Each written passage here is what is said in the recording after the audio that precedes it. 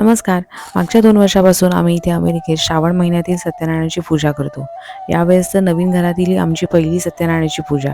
त्याची तयारी खूप दिवसापासून चालली होती. इथे केळीचे खांब विकत मिळत नाहीत, पण बऱ्याच लोकांकडे केळीची झाडं असतात आणि ती इथे मार्केट प्लेसवरती विकायला टाकलेली असतात. सत्यनारायणाच्या पूजेसाठी खास ही केळीची झाडं आणली छोटीशी आणि म्हणजे ही 2-3 आठवड्यापूर्वीच आणली होती. पण त्याच्यातलं एक झाड हे असं म्हणजे जास्त असं जगलं नाही, ते सुकलं. तर त्यामुळे आता 4 पाहिजेत म्हणून मग रोहित परत काल जिथून ही झाडं घेतली, ते इंडियनच होते, विकत घेतली त्यांच्याकडनं. सो त्यांनी त्यांच्याकडे परत गेला होता. त्यांच्याकडनं अजून एक छोटंसं झाड घेऊन आला आहे, तो आता इकडे लावलं आहे.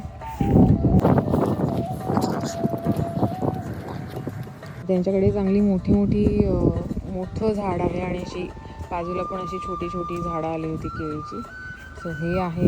परत झेंडूची झाडं आहेत, म्हणजे ती 2 महिने अगोदर लावले. सो झेंडू आहे पूजेसाठी, इथे आहे आणि या साईडला पण आम्ही जे झाडं इथे लावली होती फुलांची, तर तिकडे पण बऱ्याच दिवसांनी आता झेंडू यायला लागलेत. सो इथे 2 आलेत, इकडे एक मागे आहेत आणि इथे कळ्या पण आहेत थोड्या आलेल्या. तुळस ऑलरेडी आमच्याकडे आहे छान मस्तपैकी.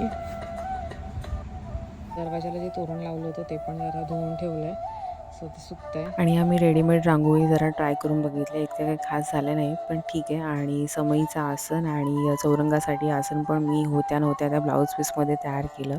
इथे डेकोरेशनसाठी आमचे 2 हेल्पर आम्हाला हेल्प करत होते आणि बाकीचं सगळं पुढच्या व्हिडिओमध्ये. तोपर्यंत बाय.